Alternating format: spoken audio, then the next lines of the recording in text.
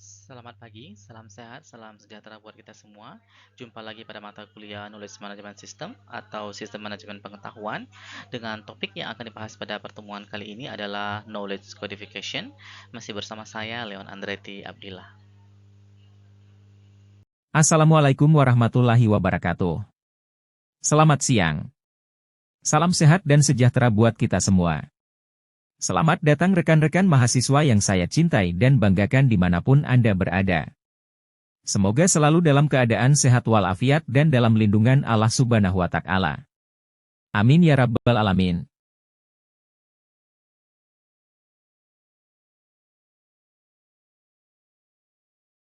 Perkenalkan, saya Leon Andretti Abdillah, saat ini sebagai Associate Professor Computer Science and Information System, kemudian Asesor BKD, Editor Journal and Conference, Reviewer Ditjen Diktiristek, kemudian penghapus jumlah mata kuliah seperti ACI, KMS, CRM, dan lain sebagainya, mentor di Pablo New Zealand, serta Unpad Indonesia, Consultant Academic Research and Community, serta Koordinator Natural System Research Group. Kita masuk ke course description ya. In the current era, good knowledge management has become a vital strategy advantage for firms in a variety of industry. Knowledge management system is a course that aims to give students a thorough understanding of the principles, techniques, and technologies involved in harnessing, organizing, sharing, and exploiting knowledge in an organizational environment. Students will investigate the diverse world of knowledge management in this course, learning how organizations may harness their own intellectual assets to improve decision-making, creativity, and competitiveness.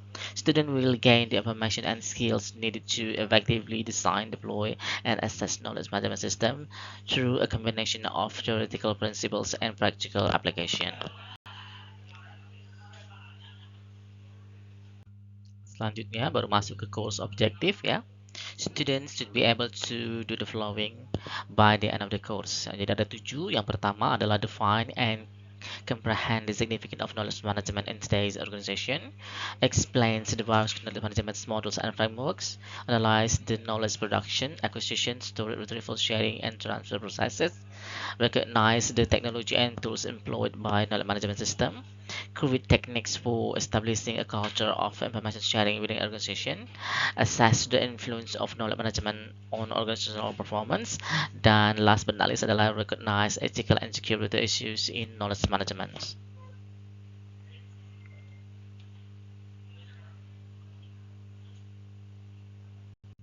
Oke, sekarang masuk ke course expectation. Yang pertama adalah attendance dan enrollment. Jadi mahasiswa diharapkan secara reguler itu hadir ya, bisa secara offline ataupun online, termasuk juga dalam diskusi, dalam forum, serta kegiatan berkelompok. Yang kedua adalah task and assignment. Jadi selama perkuliahan Anda akan mendapati sejumlah tugas-tugas, bisa juga kuis, ujian untuk menilai seberapa capaian pemahaman Anda terhadap konten mata kuliah ini. Kemudian ada juga grup project. Mahasiswa diminta untuk bekerja secara kolaboratif ya, berkelompok untuk mengaplikasikan knowledge management principle ke dunia nyata yang mungkin ditemui. Yang keempat adalah reading and resources. Nanti kita akan berikan sejumlah recommended reading and resources. Jadi diharapkan Anda mempelajari materi-materi tersebut sehingga dapat meningkatkan pemahaman dari subjek ini. Selanjutnya perlu diperhatikan juga regular office hours ya. Jadi kalau mau bertanya, konsultasi itu fokus pada jam kerja ya. Jadi saya meminimalkan kontak di luar jam kerja. Kemudian harus bersikap profesional, respectful ya, baik terhadap karyawan ya, dosen, rekan-rekan dan lain sebagainya. Kemudian communication juga penting ya. Jadi kalau mau bertanya itu harus jelas dan usahakan pada waktunya. Kemudian yang kedelapan adalah ethical conduct. It is critical to maintain academic and ethical integrity. Termasuk juga nanti ada kita harus menghindari yang namanya plagiarism dan juga cheating ya, baik pada saat belajar, tugas ataupun ujian. Kemudian tak lupa adalah feedback. You will receive constructive feedback on your assignment and project to help you improve your understanding and performance.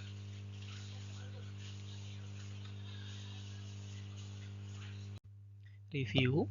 Kita akan mereview sejumlah materi yang sudah dipelajari pada pertemuan sebelumnya, dimulai dari knowledge types, kemudian knowledge capture important steps, interview as knowledge capture tool, type of interview question, dan last but not least adalah capturing tacit knowledge techniques. Oke, sekarang baru kita masuk fokus ke explicit dan tacit knowledge ya. Jadi knowledge pada pembagian ini ya, dia mengacu pada informasi yang memungkinkan tindakan dari suatu keputusan atau informasi dengan arah. Nah, directed information seperti itu ya, terkait pada suatu matter atau domain. Kemudian, knowledge akan membantu menghasilkan informasi dari data atau information yang lebih berharga.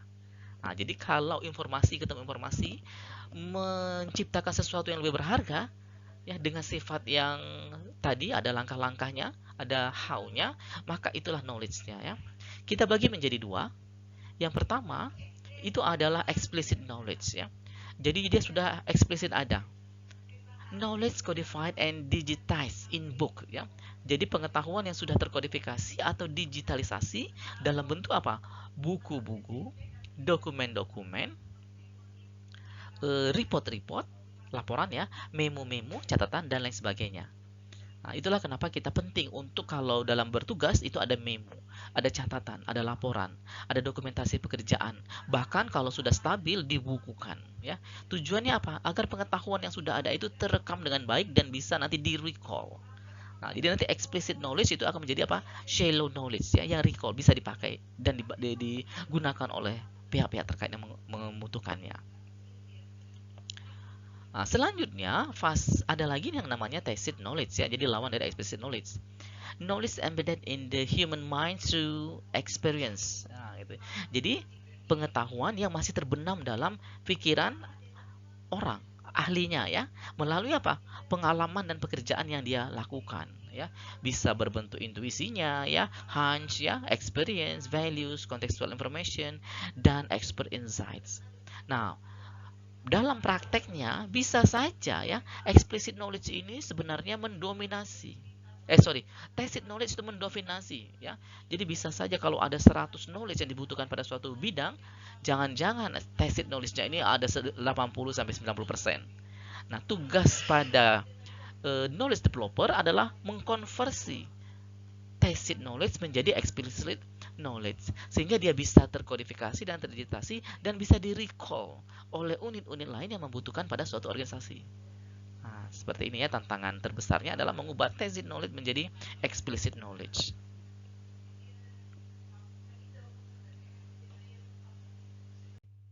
Three important steps. Yang pertama adalah use an appropriate tool or technique to elicit information from the expert.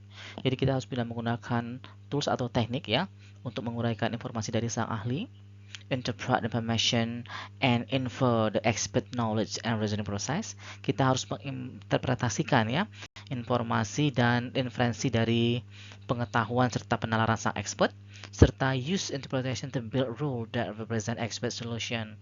Gunakan interpretasi untuk membangun aturan-aturan yang merepresentasikan solusi dari sang expert. Interview atau wawancara ini dilakukan dengan mengajukan sejumlah pertanyaan secara verbal ya terkait dengan hal yang akan kita teliti. Kemudian bisa dilakukan secara langsung kepada informan. Kemudian juga bisa dilakukan secara tatap muka, face to face, atau mungkin bisa melalui media audio.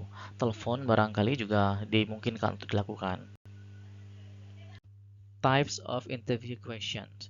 Interview memiliki 3 tipe pertanyaan ya. Yang pertama adalah structure atau terstruktur. Question and response are definitive, used when specific information is sought. Jadi pertanyaan dan responnya secara definitif digunakan ketika informasinya itu benar-benar secara spesifik nampak ya. Kemudian bisa juga bertipe semi-structured. Ini predefined question ditanyakan, but allow expert some freedom in expressing the answer. Expert boleh menjawab dengan lebih bebas ya. Yang ketiga adalah unstructured ya, tidak terstruktur. Neither the question nor the response specified in advance. Jadi ini tidak ada struktur baik untuk pertanyaan maupun jawabannya. Digunakan when exploring an issue. Jadi untuk eksplorasi suatu masalah. Capturing tacit knowledge technique. Selain interview, setidak-tidaknya ada 8 teknik lain untuk capturing tacit knowledge, dimulai dari observation, kemudian brainstorming, consensus decision making, nominal group technique, Delphi methods, repertory grid, concept mapping, last but not least adalah blackboarding. Adapun tujuan pada pertemuan kali ini, what does knowledge codification involve? Jadi, kodifikasi pengetahuan itu melibatkan apa saja, kemudian benefit of knowledge codification, manfaatnya apa aja, pre-knowledge codification question, sejumlah pertanyaan sebelum dilakukan knowledge codification, tools and procedure, serta role of planning.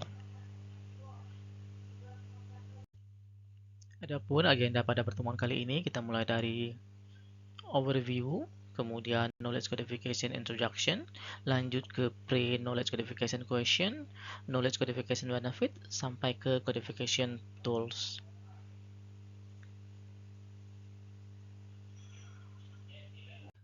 Kita lihat kembali overview dari siklus suatu knowledge management system. Di sini kita sudah pernah melihat kemarin pada pertemuan sebelumnya, posisi knowledge codification ini merupakan kelanjutan dari knowledge capture atau creation ya. Pada knowledge codification dia akan melibatkan sejumlah tools. Di sini setidak-tidaknya ada 6, yaitu berupa decision tables, decision tree, frames, maps, rules ya. Hasil dari knowledge codification adalah terbentuknya knowledge base sesuai dengan bidang masing-masing. Kemudian setelah proses knowledge codification juga bisa dilanjutkan dengan proses testing and deployment. What does knowledge codification involve? Atau apa saja yang terlibat pada kodifikasi pengetahuan? Yang pertama, itu adalah converting tacit knowledge into explicit usable form, atau bagaimana kita mengkonversi dari knowledge yang masih bersifat tacit menjadi explicit usable form, atau knowledge yang sudah eksplisit dan bisa digunakan. Yang kedua, converting undocumented information into documented information, atau mengkonversi informasi yang belum terdokumentasi menjadi informasi-informasi yang terdokumentasi. Selanjutnya adalah representing and organizing knowledge before it is accessed. Pengetahuan yang sudah ada itu perlu direpresentasikan, disusun sehingga dia bisa digunakan dalam suatu organisasi. Yang keempat, it is making institutional knowledge visible, accessible, and usable for decision making. Maksudnya pengetahuan itu harus ada, bisa diakses, dan bisa digunakan dalam pengambilan keputusan pada proses-proses yang ada dalam suatu organisasi atau enterprise. Benefit of knowledge codification atau manfaat dari kodifikasi pengetahuan. Setidak-tidaknya ada 4 manfaat. Yang pertama yaitu terkait dengan instruction atau training. Promoting training of junior personnel based on capture knowledge of senior employee. Nah, jadi knowledge codification itu sangat bermanfaat untuk mempromosikan pelatihan personel junior. Nah, jadi kalau ada personel yang baru masuk, bergabung, baik pada suatu instansi atau departemen, maka dia akan mendapatkan transfer pengetahuan dari karyawan seniornya. Yang kedua adalah terkait dengan prediction atau ramalan ya. Inferring the likely outcome of a given situation and flashing a proper warning or suggestion for corrective action, yaitu menyimpulkan kemungkinan hasil dari situasi tertentu dan memberikan peringatan atau saran yang tepat untuk tindakan korektif. Yang ketiga adalah diagnosis atau diagnosa, addressing identifiable symptom of specific causal factors, yaitu mengatasi gejala yang dapat diidentifikasi dari faktor penyebab tertentu.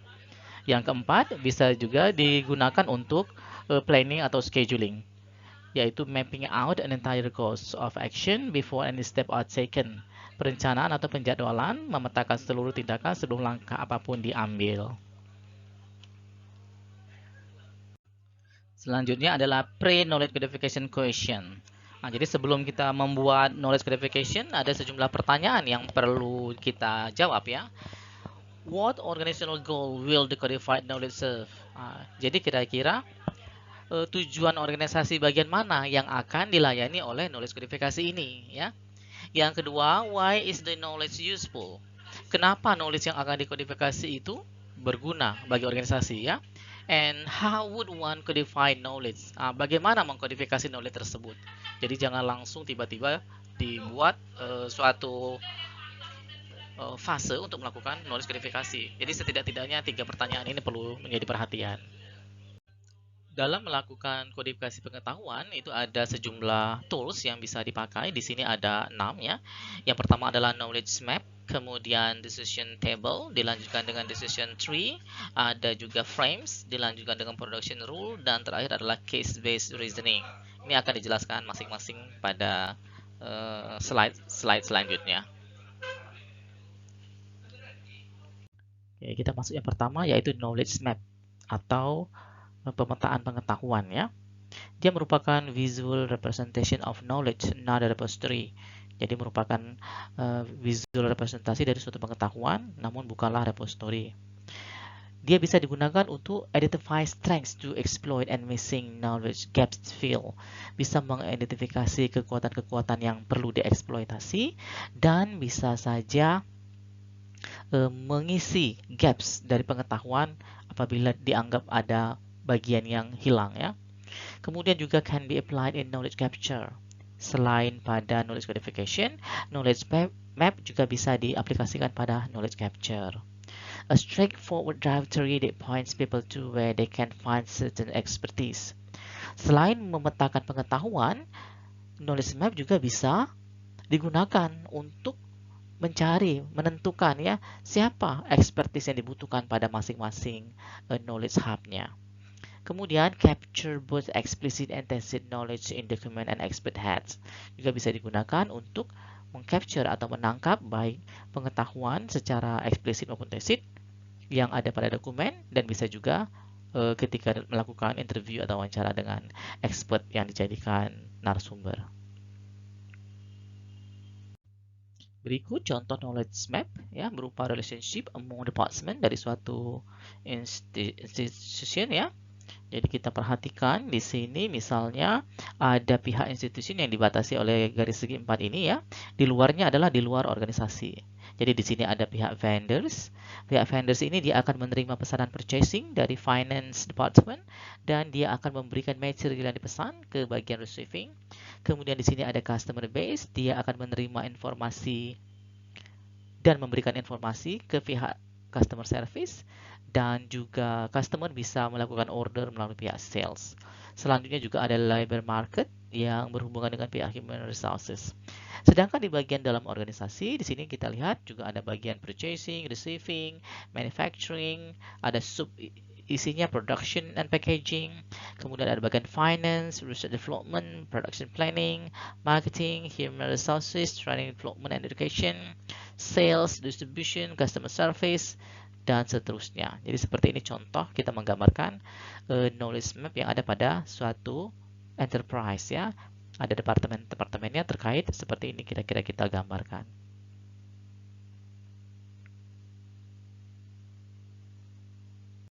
Kemudian ada the building cycle.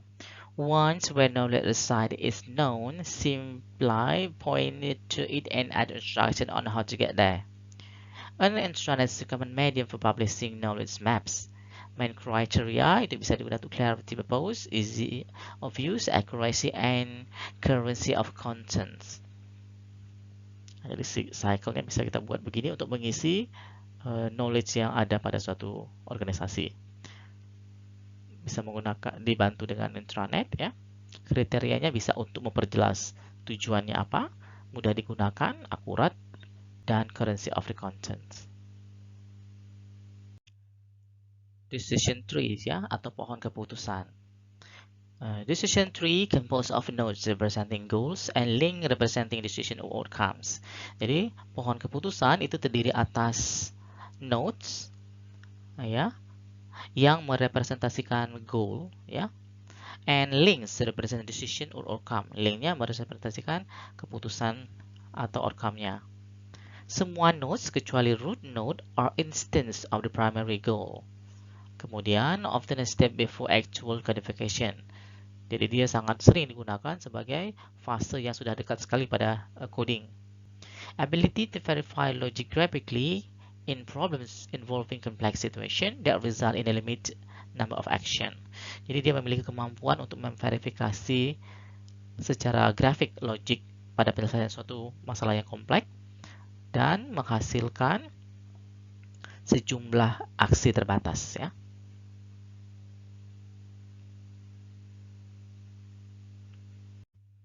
Untuk contoh dari decision tree ini misalnya pada discount policy.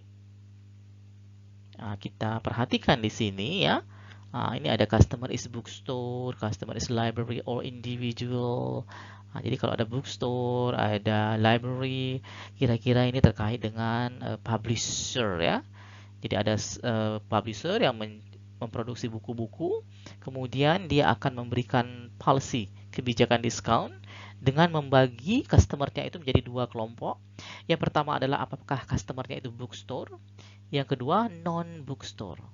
Kalau dia non-bookstore itu bisa lagi terbagi apakah dia library atau individual. Library berarti perpustakaan ya. Nah, ternyata mereka memberikan policy berupa seperti ini. Dibuat pohon keputusannya berdasarkan order size. Untuk customer is bookstore, dicek apakah ordernya itu 6 atau lebih atau kurang dari 6.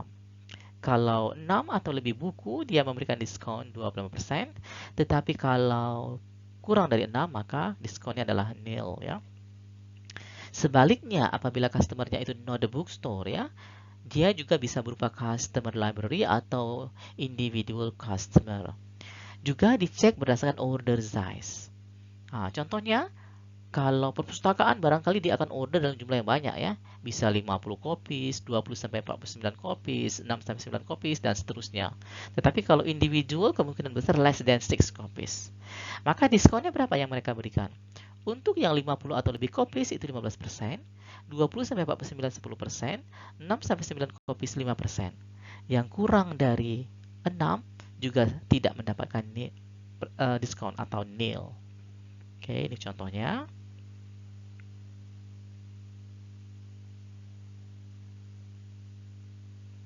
Selanjutnya adalah decision tables atau tabel keputusan. Tabel keputusan more like a spreadsheet. Jadi mirip seperti spreadsheet ya, lembar kerja yang sering kita jumpai di Microsoft Excel. Dia divided into a list of condition and their respective value and a list of conclusion.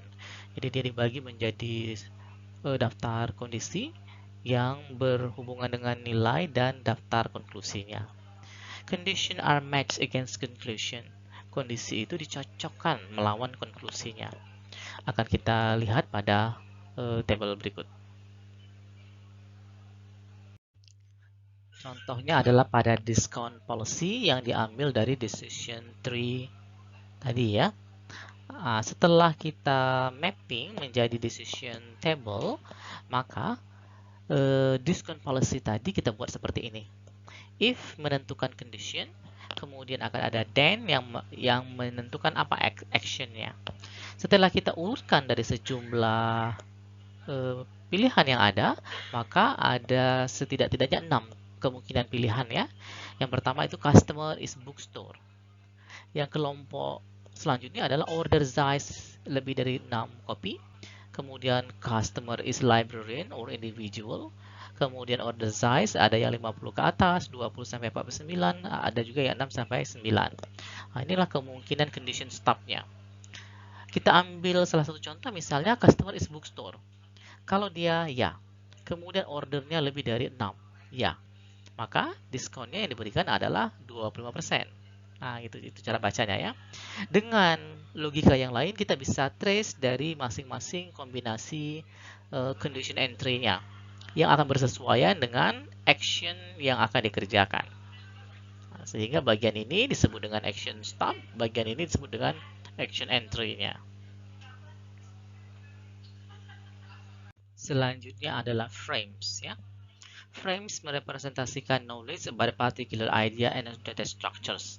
Jadi dia akan merepresentasikan pengetahuan tentang topik ide tertentu dalam bentuk tipe data atau data structures.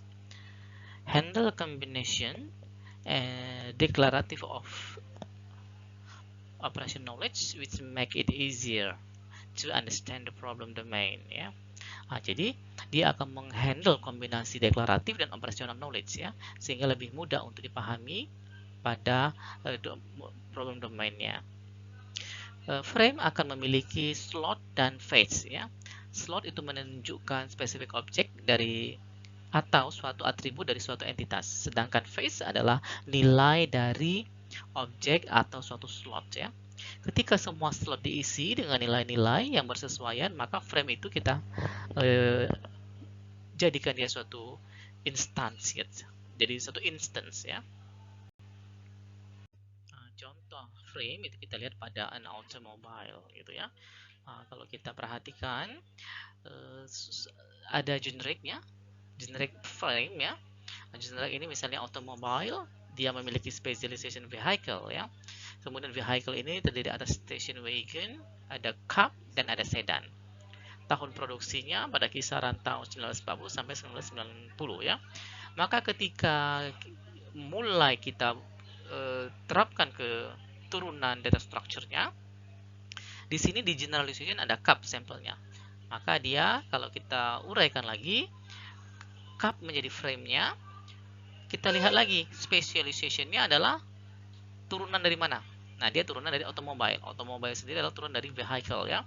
Kemudian cab memiliki, untuk contoh di sini ada dua tipe ya, Smith dan Hansen. Karakteristik utamanya adalah berpintu dua. Nah, apabila kita turunkan lagi, di sini ada Smith dan Hansen, kita ambil contoh frame dari Smith, maka specialization-nya dari cab ya. Nah, ini bisa diisi dengan atribut-atribut yang bersesuaian. Khususnya untuk contoh di sini dia hanya diproduksi pada tahun 1990. Oke, ini ya. Selanjutnya ada production rule ya. Tacit knowledge codification in the form of premise action pairs. Jadi pada tacit knowledge codification production rule dia digambarkan sebagai pasangan dari premise action pairs ya. Rule are conditional statement. Jadi aturan itu sebagai pernyataan kondisi that specify an action to be taken if a certain condition is true. Di mana tindakan tertentu itu akan dikerjakan apabila kondisinya terpenuhi. Bentuknya ini sudah sering kalian temui, the form if then or if then else. Jadi selection ya. Contohnya misalnya if income is average and pay history is good, then recommendation is approved loan. Jadi contohnya di sini adalah pada saat pengajuan pinjaman. Apabila income dari pengusul itu average, rata-rata ya, and pay history is good. Jadi catatan pembayaran dia seperti bayaran listrik, bayaran air, atau bayaran telepon itu good, maka rekomendasinya adalah approve. Jadi pengajuan pinjamannya kita setujui rekomendasinya. Kemudian ada lagi yang dikenal dengan istilah case-based reasoning atau CBR ya. CBR is the reasoning from relevant past cases in a manner similar to human use of past experience to arrive at a conclusion. Jadi CBR itu merupakan penalaran dari kasus masa lalu yang relevan dalam suatu pola ya yang mirip yang kita manusia gunakan ya pada saat kita memanfaatkan pengalaman masa lalu untuk mengambil kesimpulan. Nah, saat ini kira-kira seperti itu ya. Tujuannya adalah to bring up the most similar historical cases that match the current case. Jadi tujuannya adalah untuk bagaimana mengambil ya kasus yang sudah pernah terjadi yang mirip yang cocok dengan penyelesaian kasus saat ini. Nah, gitu atau istilahnya belajar dari pengalaman kira-kira ya. Keuntungannya adalah more time savings than rule-based system ya. Karena sudah pernah kita lakukan dan sudah ketahuan tingkat keberhasilannya, maka dia lebih cepat ya untuk dilakukan sehingga time saving. Tetapi juga perlu memperhatikan requires rigorous initial planning of all possible variables. Tetap walaupun dia sudah pernah dilakukan, perencanaannya juga sangat penting. Nah, ini ada sampel generic CBR prosesnya ya. Jadi kira-kira kalau kita lihat, pengguna akan memasukkan partial description of a new problem. Dia akan memasukkan deskripsi sebagian dari masalah yang baru.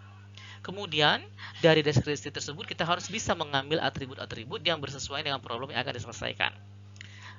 Maka kita akan mengambil ya atribut-atribut dari kasus base ya yang sudah kita kumpulkan. Nah, yang bercocok dan bersesuaian itulah yang akan kita terapkan. Nah, baru dikembalikan lagi ke user. Nah, ini ada rule planning ya, terutama pada early steps atau fase awal ya. Yang dilakukan adalah breaking the KMS into modules. Jadi kita pecah KMS tadi menjadi modul-modul yang mendukungnya atau yang menyusunnya ya. Kemudian looking at partial solution. Kita harus melihat pada solusi sub-sub solusi yang mungkin. Kemudian linking partial solution via rules and procedures to arrive at the final solution. Kita coba hubungkan ya solusi-solusi sebagian tadi melalui aturan dan prosedur sehingga kita bisa mencapai solusi finalnya.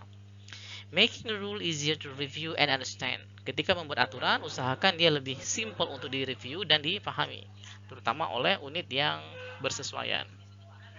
Selanjutnya rule planning pada later steps ya atau langkah-langkah selanjutnya yaitu deciding on the programming language. Kalau speknya sudah jelas baru kita lakukan ya, kita putuskan bahasa pemrograman apa yang bersesuaian atau terpakai. Selecting the right software package. Apabila dibutuhkan dan ada banyak pilihan, kita perlu memutuskan ya package mana yang akan kita pakai. Developing user interface and consultation facility. Baru mulai kita bangun. Ya langsung nampak itu adalah user interface atau UI-nya ya. Dan kita gunakan juga fasilitas berkonsultasi dengan tim pengembang kita. Arranging for the verification and validation of the system. Kalau sudah, baru kita atur bagaimana proses verifikasi dan validasi dari sistem yang kita bangun. Oke, kita sampai pada kesimpulan ya. Jadi knowledge verification itu dapat dilakukan dengan sejumlah tools. Di sini kita sudah perkenalkan ada yang namanya knowledge map, decision table, decision tree, frames, production rule, case-based reasoning. Setiap tools itu memiliki sejumlah kelebihan dan kekurangan. Anda diharapkan mampu menggunakan setidak-tidaknya 2 dari tools ini dalam membuat knowledge verification sesuai dengan topik yang ada pada tema masing-masing kelompok. Assignment ya. Assignment ini tetap berdasarkan tema kelompok Anda. Anda diminta untuk browse out list to capturing knowledge technique ya. Cantumkan sumbernya pakai dari buku, jurnal artikel, proceeding, kemudian dilengkapi dengan gambar atau table, serta cantumkan referensinya. Simpan assignment dalam Word dengan nama file sebagai berikut. Selanjutnya adalah store in Dropbox and paste the URL from Dropbox into the submitted URL.